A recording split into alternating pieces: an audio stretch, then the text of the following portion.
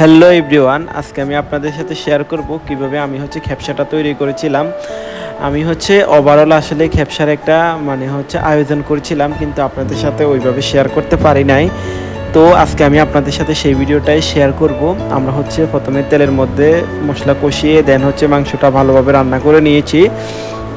এই যে দেখেন, মাংস রান্না কিন্তু প্রায় শেষ। মাংসটা রান্না করার পরে আমরা মাংসগুলো উঠিয়ে নিলাম। উঠিয়ে নেওয়ার পরে মাংসগুলো আবার তেলের মধ্যে ভালো করে ফ্রাই করে নিয়েছি। যেহেতু মাংসগুলা ওইভাবে তখন ভালোভাবে সিদ্ধ হয় নাই, তাই আমরা একটু ভালোভাবে ফ্রাই করে নিয়েছি যাতে খেতে বেশ ভালোই লাগে। তারপর মশলাগুলো দিয়ে আমরা চাউলগুলা 70% সিদ্ধ করে রাখার পরে চাউলগুলা মশলার মধ্যে দাফে দাফে দিয়ে ভিতর মাংসগুলো আমরা দিয়ে দিয়েছি।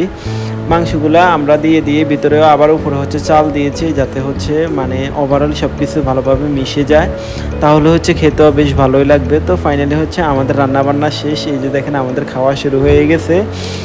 সবাই কি যে খাওয়া খাইতেছে, আসলে সবাই মিলে আসলে বেশ ভালোই লাগলো, খাওয়াটা বেশ ভালোই উপভোগ করলাম। তো আজকের জন্য এইটুকুই, সবাই ভালো থাকবেন।